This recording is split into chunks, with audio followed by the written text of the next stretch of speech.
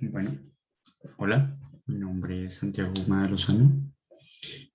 Hoy les voy a hablar un poco sobre el problema de optimización, algunas limitaciones del método del gradiente en descenso, también conocido en inglés como gradient descent. Y bueno, esta es la entrega del proyecto final de la asignatura de Introducción al Aprendizaje de Máquina, dictada por el profesor Francisco Alviro Gómez.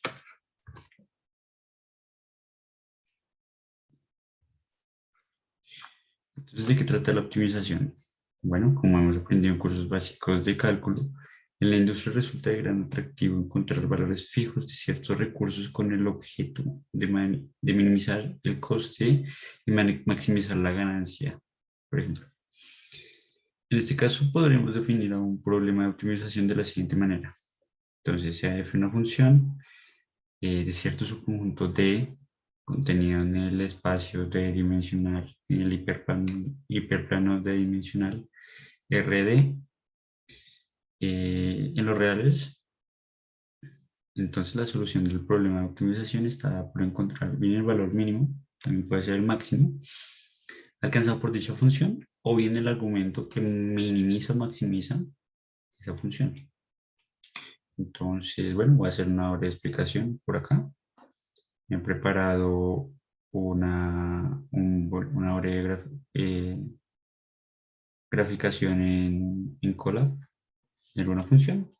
En este caso es la sencilla función de z igual a x al cuadrado más y cuadrado. Entonces, lo que buscamos en optimización, en este caso vamos a hallar el mínimo de la función, y lo que se busca en optimización va a ser encontrar el argumento o el valor que minimice esta función. En este caso, uno pensaría intuitivamente que es cercano al punto que he señalado. En este ploteo, la superficie viene coloreada de manera que los puntos que se acerquen hacia una tonalidad azul van a ser de menor valor y los que se acerquen a una tonalidad morada o rojiza van a ser de mayor valor.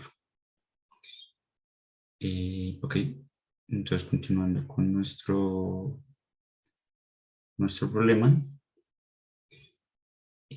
tenemos la relación, vamos a hablar un poco de la relación entre la optimización y el aprendizaje de máquina.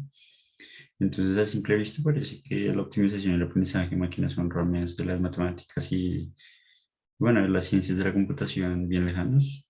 Sin embargo, según se sabe, todo problema de aprendizaje trae implícito, conlleva una optimización que lo haga eficiente en términos de complejidad. Por ejemplo, en redes neuronales, resulta necesario, después de tener planteada cierta red profunda de neuronas que genere bajos errores dentro y fuera de la muestra. Entonces, entra la función de coste a ser minimizada, hallando los vías y los pesos adecuados que minimizan el error en el aprendizaje. Entonces, bueno, aquí algunos casos conocidos, como los algoritmos de aprendizaje, el PLA, o sea, el algoritmo de Perceptron, o en inglés, y Perceptron Learning Algorithm, los algoritmos de regresión, eh, uno de regresión lineal o el de regresión logística, que también, al igual que el Perceptron, es un problema de clasificación. También existen los árboles de decisión y los algoritmos de agrupamiento o clustering, como el conocido K-means. Y también consigo algoritmos de optimización, como las máquinas de soporte vectorial, que ayudan entre las hipótesis eh, tomadas como outputs de los algoritmos, ayudan a escoger el que mejor optimice la distancia mínima de la recta al dataset. Digamos, podemos hacer un pequeño esbozo de lo que se hace en las máquinas de soporte vectorial. Tenemos digamos, Tenemos el plano R2, plano euclidio. Suponemos que tenemos cierto conjunto de datos de carácter rojo, por ejemplo, este, y otro de carácter verde.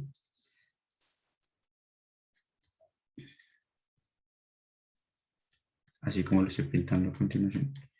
Entonces, bueno, lo que hace la máquina de soporte vectorial es entre los conjuntos de hipótesis, por ejemplo por ejemplo por ejemplo de hecho que me interesa lo voy a señalar de rojo. Lo que hace es ir calculando las distancias entre las rectas y los puntos mínimos, por ejemplo esta sería el punto mínimo de, la distancia mínima entre un punto de cierto grupo a la hipótesis, o sea, la recta. Y bueno, estamos en esta recta. Esa sería otra distancia mínima. Entonces el error estaría por, eh, si estamos en la muestra, entonces vamos a considerar de sample error de nuestra hipótesis como la suma de las distancias de los grupos. Entonces podemos asignarla como DI y DI pues puede tener varias definiciones. Por ejemplo, en este caso voy a darla como el mínimo o del problema de optimización. El mínimo entre los puntos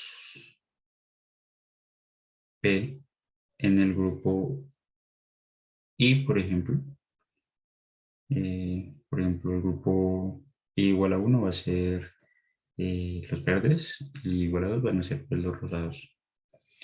El mínimo, entonces las distancias las puedo tomar como las normas.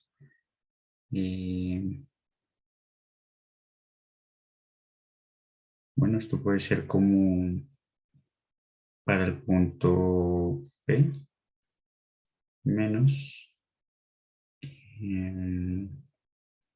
bueno, cierto valor eh, x, w de x y consideramos la norma. ¿Sí? Es como la idea. Bueno, este sería el punto x dado. Los cálculos no deben ser muy complejos. Trata de el típico problema de minimizar la distancia en punto a una recta. Pues vamos a encontrar este punto.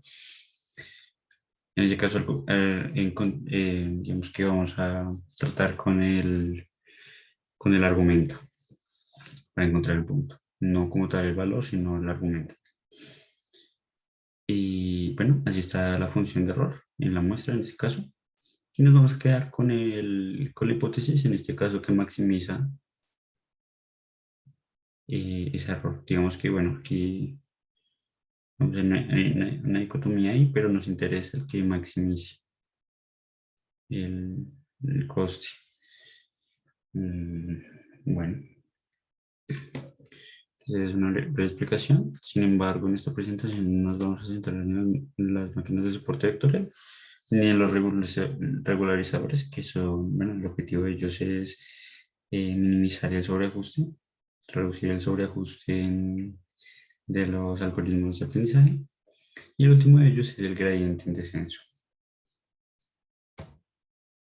Tenemos algunos casos de problemas famosos, entre los problemas teóricos aplicados, sin lugar a dudas resaltan dos problemas NP duros.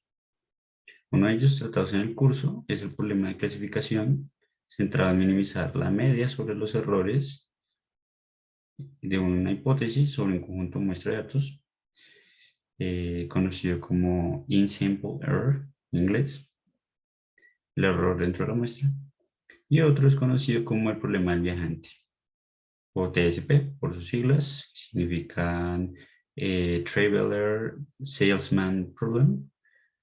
Entonces se trata de hallar el camino que pasa una sola vez, una cantidad fija de nodos, o ciudades, en ese caso, que minimiza la distancia total recorrida. Algunos logros importantes, digamos, en el tema aplicado de la rama, y es que a diferencia, digamos que en la práctica, resolver problemas NP duros y reducirlos a complejidad, por ejemplo, polinomial, implican resolver un problema que concede el éxito empresarial a determinados emprendimientos. Este es el caso de Uber y su problema de minimizar el camino que conecta dos nodos de cierto grafo. Y adicional a ello, la optimización de recursos ha sido mandatoria en la ingeniería civil, por ejemplo, moderna a la hora de minimizar la cantidad de materiales. Y bueno, esta implementación sin duda utilizada en la construcción del nuevo Estadio Bernabéu del Real Madrid, el cual será estrenado este mes de septiembre. Entonces, bueno, ahora hablemos un poquito de los avances recientes de la teoría. Es que algo a resaltar es que la diferencia entre teorías netamente puras, como la teoría de la generalización, también vista en el curso, cuyos avances se dan en términos de qué tan próximos estamos de encontrar mejores y mejores explicaciones de qué tan capaces deberían ser las máquinas de aprender. Fuera la muestra o generalizar en términos del tamaño de la muestra, el tamaño del conjunto de entrenamiento de datos para el modelo y de cierta tolerancia de error, bueno, entre el error en la muestra y el error esperado fuera de la muestra. Bueno, entonces en términos del tamaño del conjunto de entrenamiento bueno, la optimización encuentra avances a medida que resuelva problemas en duros y encuentra nuevos algoritmos y desarrolla teoría que genere nuevas herramientas y perspectivas para abordar cierto conjunto de problemas. En este caso, pues tenemos que es clave a la hora de tratar problemas de optimización, si estamos tratando con funciones convexas o no convexas, si tratamos a través de nuestros algoritmos con métodos de programación lineal o no lineal, y por ejemplo, también tenemos el conocido algoritmo simplex, que es de programación lineal, y también en un ámbito un poco más teórico, el tema del cálculo de variaciones, que es bien importante actualmente en el tema de la optimización. Tampoco hay que olvidar las perspectivas estocásticas, dinámicas y determinísticas que llegan a tener los problemas de optimización. Es por ello que vamos a hablar hoy del gradiente en descenso. Entonces, bueno, he preparado un pequeño código aquí en Colab y les voy a dar una pequeña explicación. Bueno, entonces acá lo que hice fue eh, definir mi función, en este caso mi función a optimizar, podemos llamar en ciertos casos nuestra función de error. Y aquí la vamos a graficar. Entonces tenemos, bueno, comandos sencillos de Python para plotear esa función. Y entonces acá, bueno, aquí entra lo que viene siendo nuestro método de gradiente en descenso. Entonces, bueno, entonces como bien es conocido, entonces podemos volver al tablero. Nuestra regla de actualización es para cada punto, el siguiente punto, en el siguiente paso, estará por el punto anterior menos cierta tasa de aprendizaje, que bueno, ahí está en la fórmula de la presentación, ese coeficiente se llama tasa de aprendizaje y le multiplicamos el gradiente evaluado en ese punto anterior. Recordando que este término está dado por el vector de derivadas parciales. En este caso vamos a tomar puntos de dimensión de 2, entonces vamos a tomarlos como las derivadas parciales con respecto a x y con respecto a y de nuestra función evaluadas en el punto anterior. Uy, listo. Entonces lo que hacemos, tenemos derivadas parciales. Sin embargo, estamos en un programa numérico y es por ello que aquí la implementación que ejecute va a ser numérica. Entonces, esto es un sencillo cociente incremental, donde, bueno, este incremento va a ser el típico x más h. Por aquí lo definí, acá. Entonces, ¿para qué lo definimos? Para definirlo, digamos que hicimos una copia de los puntos, punto a evaluar, el cual vamos a evaluar sus derivadas parciales. Entonces, pues muy sencillo, lo incrementamos. Entonces, eh, eso es lo que vamos a evaluar. Derivamos, calculamos la derivada en ese punto con respecto a cada una de las variables. Mm, De hecho, esto ya viene siendo como las dos derivadas calculadas. Y bueno, tenemos el gradiente como esa definición. Nos retorna ya el vector. Sí, porque, bueno, aquí estamos evaluando la función ya en ambos componentes x y y. Bueno, y finalmente, bueno, definimos nuestro h, nuestro valor incremental, y nuestra tasa de aprendizaje, LR, lo denomino en este caso. Entonces, bueno, vamos a lo que viene siendo las curvas de nivel. Esperamos a que cargue. También he agregado puntos aleatorios en el mapa. Gracias a la librería NumPy, puedo como tomarlos en esquinas y casi, bueno, nos genera este punto aleatorio y esta sería la curva de nivel, bueno, el mapa de nivel asociado a esta curva. ¿Qué buscamos? Como hemos bien hablado, lo que buscamos es que el algoritmo en cuestión de optimización se aproxime al mínimo. Y esto lo vamos a implementar directamente, voy a copiarlo, voy a copiarlo aquí mismo para que se vea sobre el mapa de nivel. Y bueno, aquí finalmente tomo cierta cantidad de iteraciones. Digamos que se podría optimizar para tomar iteraciones que se aproximen hacia cierta tolerancia de error del mínimo teórico, si lo podríamos hallar, o, o condiciones que paren cuando la diferencia entre cada dos puntos sea muy pequeña. O sea, cuando el algoritmo no está avanzando significativamente, ya podríamos decir que está convergiendo a un punto. Entonces, bueno, esa es la convergencia dada de nuestro algoritmo. Vamos 10.000 iteraciones, pero seguramente se puede optimizar para evaluar, digamos, el número de epochs o de iteraciones. Pero pues por fines prácticos, en este momento solo mostramos cómo se implementaría, cómo se visualizaría el algoritmo en un programa. Sí, el punto aleatorio, digamos, lo podemos volver a correr, nos generaría un nuevo punto.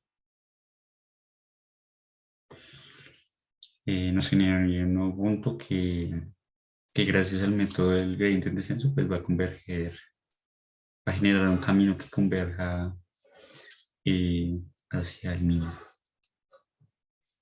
Entonces, esperamos a que cargue y ya lo tenemos acá. Generamos un nuevo punto y pues ahí tenemos lo que decíamos. Bueno, ¿qué más sigue? Bueno, pero entonces hay problemas para el gradiente en descenso. Entonces es lo que vamos a hablar ahora. Mm, ok, entonces primero tenemos un carácter de convergencia lenta cuando hay funciones poco simples. Por ejemplo, lo podemos cambiar con un leve cambio, por ejemplo, 5 por t cuadrado acá.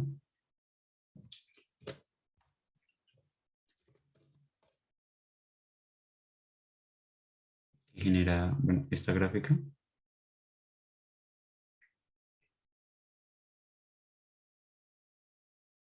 Ok.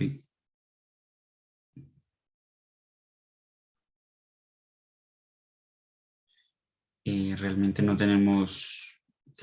bueno, tenemos certeza de que el algoritmo es bien ineficiente en el orden de que, digamos que si, digamos, pongamos que esta es, bueno, esa gráfica para un punto dado, ya hemos observado que lo que hace el algoritmo es encontrar los mínimos en diferentes direcciones. Entonces comienza a ser un zigzagueo de este estilo. Por la sola sensitividad a, la, a un breve acomplejamiento de la función, en este caso de coste. Entonces, bueno, aquí no se ve muy bien, pero el patrón es más o menos algo así. Tenemos nuestro mapa de nivel, tenemos un mínimo teórico, algo así, en nuestro mapa de nivel, bueno, nuestras curvas de nivel. Uy, me salgo del, del cuadro, pero bueno. Entonces lo que hace más o menos esta nueva, es el nuevo gradiente en descenso con esta nueva función es algo así. Toma para allá y vuelve, algo así.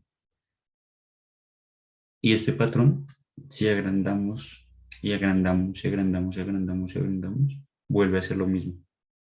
Vuelve a hacer lo mismo. La cantidad de pasos que toma el algoritmo es bien ineficiente. También tenemos una alta accesibilidad ese coeficiente del que hablamos, el coeficiente de la tasa de aprendizaje. También cuando hay múltiples dimensiones para los datos multidimensionales, o una cantidad, un tamaño de muestra muy grande, también se acompleja bastante el algoritmo en términos de pasos. Y también tenemos un tercer problema que de hecho lo vamos a mostrar este sí en el código, y es que cuando la función presenta varios mínimos locales, por ejemplo, esta función, eh,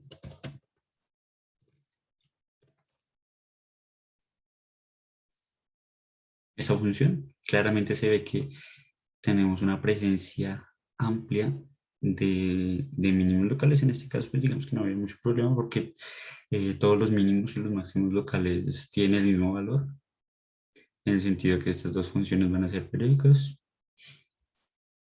Sin embargo, en el caso de que no lo fuese, mm, por ejemplo, agregando un término lineal, que ahora se me ocurre, un término lineal, por ejemplo, en X,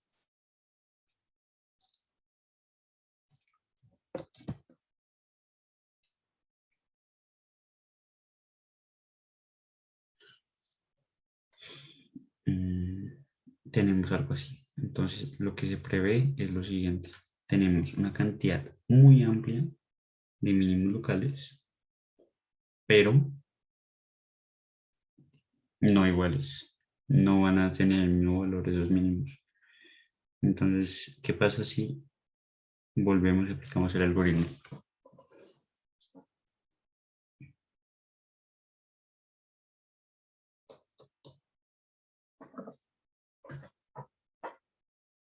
Mm,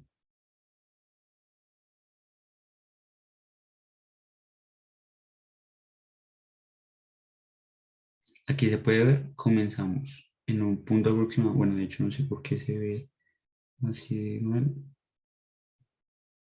pero en un punto muy aproximado. Bueno, un punto aleatorio, pero aproximado eh, a cierto mínimo local, se va a aproximar la función al, al mínimo local más cercano y no al mínimo global, ¿sí? Entonces, pues en este caso se necesitaría un nuevo algoritmo de optimización que me permita entre los mínimos locales hallados, encontrar el mínimo, ir actualizando el mínimo. Es como una idea de los que se puede implementar. ¿Listo? Entonces, algunas variaciones del algoritmo del gradiente en descenso es el gradiente en descenso con momento. Entonces, se denomina así y está dado por esta regla de actualización. Entonces, bueno, tenemos el nuevo punto a considerar está dado por un rescalamiento eh, del anterior punto. Este coeficiente se llama momento menos la anterior regla del gradiente en descenso. El segundo es la actualización del momento de Nasterov, o también conocido como gradiente en descenso con momento acelerado. Es una implementación propuesta por el matemático aún vivo, Yuri Nasterov, el cual considera un reescalamiento de los puntos anteriores también al evaluar el gradiente. Entonces tenemos más o menos la misma fórmula anterior, pero ahora el gradiente lo evaluamos en el reescalamiento de los puntos. El último del que vamos a hablar hoy es del algoritmo Adagrad. Entonces, esa es la regla de actualización. Si bien parece ser la misma del método de gradiente en descenso, tenemos que aquí las tasas de aprendizaje van a variar dependiendo del paso. Entonces, ¿cómo varían? Puede variar de la tasa de aprendizaje fija o del paso cero. Y vamos a considerar esta suma de los cuadrados de los gradientes evaluados en los anteriores valores. Digamos que esos términos cuadráticos aseguran primero que la raíz a considerar al final sea bien evaluada. Tenemos una especie de Bayes por acá, también en un seno epsilon dado. Y lo segundo que nos garantiza, al igual que cuando se tratan problemas de mínimos cuadrados, es que se castigan. eh, bueno, para estos valores se castigan pequeños, grandes errores y se obvian pequeños errores dado el comportamiento de la función x al cuadrado. De hecho, por aquí tenemos una fórmula similar. Eso es lo que significa, bueno, quizás esta fórmula que encontré en internet no tenga este tipo de vallas, que también es como una forma un poco más general. Y este gradiente es una G mayúscula, ese gradiente es esta forma de acá, que depende de los anteriores eh, gradientes. Este gradiente, este G que se ve acá es este mismo gradiente de F, evaluando en el anterior punto. En este caso sería el J décimo. Ok. Y listo, eso es como todo por hoy. No me queda nada más que decir que muchas gracias por su atención y listo.